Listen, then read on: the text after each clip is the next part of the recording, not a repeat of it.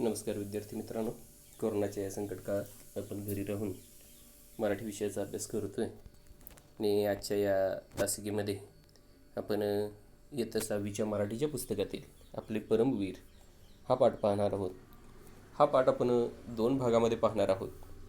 पहिल्या भागामध्ये या पाठाची प्रस्तावना, त्याच पद्धतीनं परमवीर चक्र जे आहे, सैन्यामध्ये अत्युच्च कामगिरी करणाऱ्या सैनिकाला जी पदकं दिली जातात त्यामध्ये परमवीर चक्र हे सगळ्यात वरच्या पदाचं असा हा सन्मान आहे.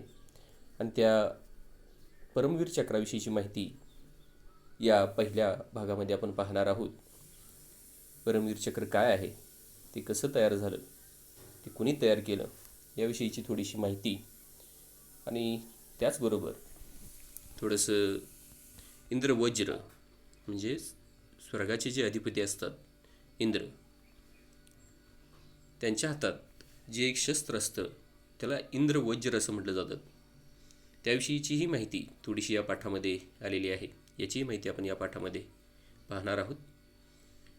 आपल्या सगळ्यांना एक विचार चांगला परिचितच आहे की जेवताना शेतकऱ्याचे आणि झोपताना सैनिकाचे आभार मानायला कधीही विसरू नका.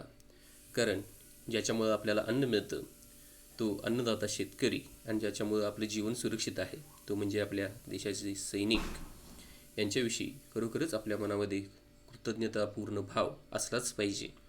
आणि या पाठामध्ये आपण या सैन्याच्या जे सैनिक असतात, जे सगळे कर्नल, मेजर वगैरे ही सगळी जी लोक असतात, त्यांच्या शौर्याबद्दल आणि त्यांना दिल्या जाणाऱ्या या पुरस्कारांच्याबद्दल आपण या पाठामध्ये माहिती पाहणार आहोत. तर पहिल्यांदा आपण या पाठाची थोडीशी प्रस्तावना पाहूया. स्क्रीनवर जसं तुम्ही पाहताय, 7वा धडा, आपले परमवीर. पुरातन काळातील वीर पुरुषांच्या असामान्य पराक्रमाच्या कथा तुम्ही ऐकल्या असतील, पण आपल्या सर्वांच्या सुरक्षिततेसाठी स्वतःच्या प्राणांची आहुती देणारे शूर सैनिक आजही आपल्या देशात आहेत. आहुती याचा अर्थ आपले प्राण त्याग करणारे, आपल्या प्राणाचं बलिदान करणारे शूर सैनिक आजही आपल्या देशात आहेत. त्यांच्या शौर्याला वंदन करण्यासाठी, त्यांच्या अतुलनीय अशा शौर्याला वंदन करण्यासाठी त्यांना सन्मान पदके देऊन गौरवले जाते. सन्मान पदक म्हणजे ते जे कार्य करतात त्याच्याबद्दल त्यांचा सन्मान केला जातो, आणि त्यासाठी जी पदकं दिली जातात त्यांना सन्मान पदक असं म्हटलं जातं. परमवीर चक्र हा भारताचा सर्वोच्च लष्करी सन्मान आहे. म्हणजे भारतामध्ये जे सगळे सन्मान दिले जातात त्याच्यामध्ये सैन्य दलामध्ये जो सर्वोत्कृष्ट असा सन्मान दिला जातो, तो सन्मान जो आहे त्याला परमवीर चक्र असं म्हटलं जातं. तुम्ही थोडंसं स्क्रीनवर पाहू शकता. तुम्हाला जे स्क्रीनवर दिसतंय ते परमवीर चक्र आहे. हे कुणालाही दिलं जात नाही. आत्तापर्यंत म्हणजे 1947 साली देश स्वतंत्र झाल्यानंतर आज 2020 साल आहे, आत्तापर्यंत फक्त 21 लोकांना हा सन्मान मिळालेला आहे. याच्यावरून तुम्हाला याचं काय महत्त्व आहे हेही लक्षात येईल. हा सर्वोच्च म्हणजे सगळ्यात उत्कृष्ट असा लष्करी सन्मान आहे. म्हणजे हा फक्त सैन्यामध्ये दिला जातो. जमिनीवर, समुद्रात किंवा आकाशात शत्रू समोर उभा ठाकलेला असताना केवळ अजोड असे धाडस, शौर्य दाखवणाऱ्या, आत्मसमर्पण म्हणजे स्वतःचा जीवसुद्धा देणाऱ्या, आत्मसमर्पण करणाऱ्या वीरांना तो प्रदान केला जातो. या अशा लोकांनाच हा प्रदान केला जातो. परमवीर चक्र हा फार दुर्लभ सन्मान आहे. म्हणजे खूप दुर्लभ आहे. म्हणजे शक्यतो सहजी हा मिळत नाही. आणि याचं दुर्लभ असं एवढ्यासाठी म्हणले की हा साध्या सोप्या कामगिरीसाठी दिला जात नाही. देशासाठी प्रसंगी प्राणाचं बलिदान करणाऱ्या, आपला जीवसुद्धा धोक्यात घालून देशाचं रक्षण करणाऱ्या सैनिकांनाच हा सन्मान दिला जातो. आतापर्यंत फक्त 21 वेळाच हा सन्मान प्रदान करण्यात आला आहे. त्यातील 14 वीरांना तर तो मरणोत्तर देण्यात आला आहे. म्हणजे ह्या 21 पैकी 14 लोक जे आहेत त्यांनी आपल्या देशासाठी आपल्या प्राणांचं बलिदान दिलेलं आहे. म्हणजे त्यांनी आपला जीव आपल्या देशासाठी दिला, आणि त्यानंतर त्यांना हा सन्मान जो आहे तो प्रदान करण्यात आलेला आहे. मरणोत्तर म्हणजे त्यांचं निधन झाल्यानंतर हा सन्मान देण्यात आलेला आहे. खाली परमवीर चक्राविषयीची थोडीशी माहिती दिलेली आहे. हे परमवीर चक्र कसं आहे, ते कुणी तयार केले, आणि त्याची ही संकल्पना मुळात कोणाची आहे याविषयीची थोडीशी इथं माहिती दिली आहे. परमवीर चक्र पदक दिसायला अगदी साधे आहे, हे तुम्ही चित्रामध्ये पाहू शकता की परमवीर चक्र हे जे पदक आहे ते दिसायला अगदी साधं आहे. म्हणजे असं काही फार कुठं सोन्याचं किंवा ह्याचं असं नाही आहे. ते साधं कास्य धातूपासून म्हणजे तांब्याच्या धातूपासून बनवलेलं हे छोटंसं हे एक पदक आहे. दिसायला अगदी साधं आहे. कास्य धातूपासून बनवलेले आहे. कास्य धातू म्हणजेच तांब्यापासून बनवलेले हे पदक आहे. छोट्या आडव्या दांडीवर सहज फिरेल असे गडद जांभळी कापडी पट्टी हे त्याचे वैशिष्ट्य आहे. म्हणजे खाली जर तुम्ही आडवी पट्टी बघितली तर तुम्हाला लक्षात येईल की कास्य धातूपासून बनवलेले छोट्या आडव्या दांडीवर म्हणजे वरचा जो भाग आहे पदक खाली आहे आणि तिथं वर आडवी दांडी तुम्हाला दिसते, आडवा एक भाग दिसतोय, त्या आडव्या दांडीवर सहज फिरेल म्हणजे हे असं फिरतं, वर खाली होतं. असं गडद जांभळी पट्टीवर वरची जी पट्टी आहे म्हणजे आपल्या आय कार्डला वगैरे लेस ज्या पद्धतीने असते तसं वरची जी पट्टी आहे ती जांभळ्या रंगाची आहे. कापडी पट्टी ही त्याची वैशिष्ट्य आहे. पदकाच्या दर्शनी बाजूला मधोमध भारताचे राष्ट्रीय बोधचिन्ह आहे. पुढची जर बाजू बघितली तर बरोबर मध्ये तुम्हाला लक्षात येईल की मध्ये इथं भारताचं हे 3 सिंह असणारं हे आपलं जे बोधचिन्ह आहे ते बोधचिन्ह आहे. पदकाच्या मागच्या बाजूला परमवीर हे चक्र शब्द इंग्रजी आणि हिंदीत गोलाकार कोरलेले आहेत. आणि पाठीमागची जर बाजू बघितली तर पाठीमागच्या बाजूला गोलाकार असं म्हणजे आपल्या नाण्यांच्यावरती जसं असं गोलाकार लिहिलेलं असतं पाठीमागच्या बाजूला, तसं परमवीर चक्र हे हिंदी आणि इंग्रजी अशा 2 भाषेमध्ये हे लिहिलेलं आहे. इंग्रजी आणि हिंदीत गोलाकार कोरलेले आहेत. त्यांच्यामध्ये 2 कमलपुष्पे आहेत म्हणजे त्याच्याबरोबर मध्ये पाठीमागच्या बाजूला 2 कमळाची फुलं आहेत. ह्या पदकाचे डिझाईन कुणी तयार केले तर परमवीर चक्र पदकाचे डिझाईन सावित्रीबाई खानोलकर यांनी तयार केले आहे. म्हणजे सावित्रीबाई खानोलकर या कोण होत्या तर तेही पुढं दिलेलं आहे. त्या मूळच्या युरोपियन आहेत. म्हणजेच त्या मूळच्या इंग्लंडमधल्या युरोप खंडातल्या, इंग्लंडमध्ये असं म्हणता येणार नाही पण युरोप खंडातल्या आहेत, युरोपियन आहेत. परंतु भारतीय सेनेतील एक अधिकारी असलेले विक्रम खानोलकर यांच्याशी विवाह करून त्या भारतात आल्या. म्हणजे आपल्या सेनेमध्ये एक मोठे अधिकारी होते विक्रम खानोलकर आणि त्यांच्याशी त्यांचं लग्न झालं आणि त्या भारतामध्ये आल्या. आणि भारतामध्ये आल्यानंतर यांचं नाव जे आहे ते सावित्रीबाई असं ठेवण्यात आलं आणि सावित्रीबाई खानोलकर असं त्यांचं नाव झालं. या देशावर त्यांचे प्रचंड प्रेम म्हणजे त्या जरी युरोपियन असल्या तरी भारतावरती त्यांचं खूप प्रेम होतं. त्यांनी भारतीय नागरिकत्व तर घेतलेच म्हणजेच इथलं नागरिकत्व स्वीकारलं. आपण ह्या देशात जन्मलो आहे म्हणून आपण या देशाचे नागरिक आहोत. पण काही परदेशी जन्मूनसुद्धा ते आपल्या देशात येऊन राहतात आणि ते आपल्या देशाचेच होऊन जातात आणि ते आपले नागरिक म्हणूनही म्हणवले जातात. त्यांना नागरिकत्व दिलं जातं, तेही ते अगदी आवडीनं स्वीकारतात. त्या पद्धतीनं सावित्रीबाई खानोलकर जे आहेत त्यांनी इथलं नागरिकत्व तर घेतलं, शिवाय भारतातील कला परंपरांचाही खूप अभ्यास केला. शिवाय काय केलं तर भारतातल्या ज्या कला आहेत, इथल्या परंपरा ज्या आहेत त्यांचाही खूप अभ्यास केला. मराठी, संस्कृत, हिंदी या भाषा त्या अस्खलितपणे बोलत असत आणि त्या बोलत असलेल्या ज्या भाषा आहेत त्याच्यामध्ये मराठी आहे, संस्कृत आहे, हिंदी या भाषा ज्या आहेत त्या अस्खलितपणे बोलत असत म्हणजे न अडखळता सहजपणे त्या बोलत असायच्या. आता पलीकडच्या बाजूला जर आपण बघितलं तर याच्यामध्ये इंद्राचं जे वज्र आहे त्याच्याविषयीची जी माहिती आहे ती इथं दिलेली आहे.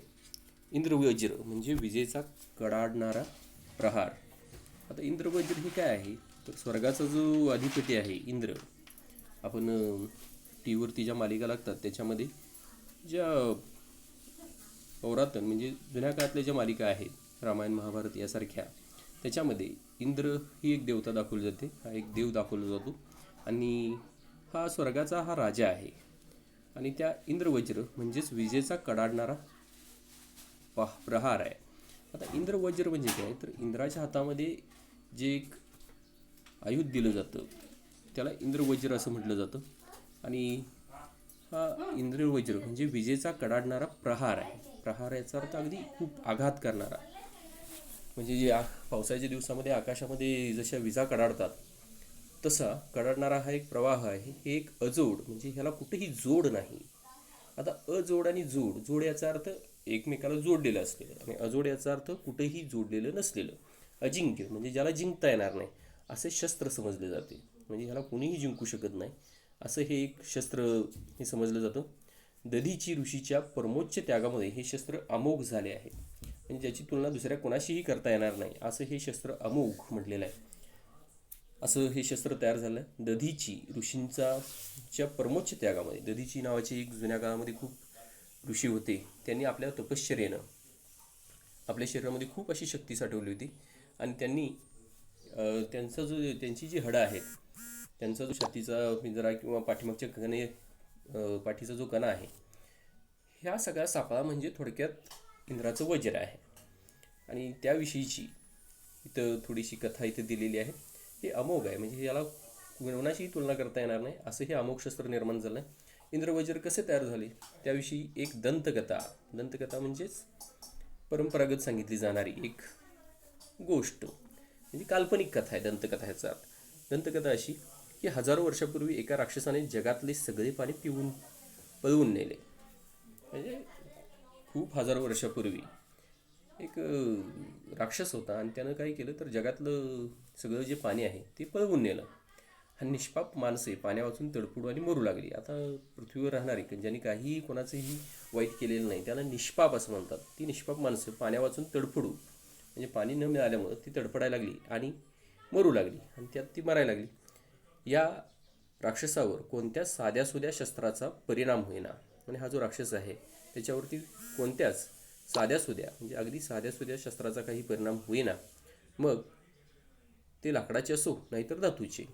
मग त्या राक्षसाशी लढण्यासाठी धातूचं तलवार वगैरे असतं ती, किंवा भाला वगैरे असतो तो धातूचा असतो, त्याचा कुठल्याचा परिणाम होईना. लाकडाचं काही चालेना, नाहीतर धातूच. त्याला हरवेल असे अमोघ शस्त्र बनवण्यासाठी, त्याचं पराभव करण्यासाठी असं काहीतरी शस्त्र बनवलं पाहिजे की ज्याच्यानं त्याचं पराभव झाला पाहिजे. असं शस्त्र बनवणं हे खूप महत्त्वाचं झालं.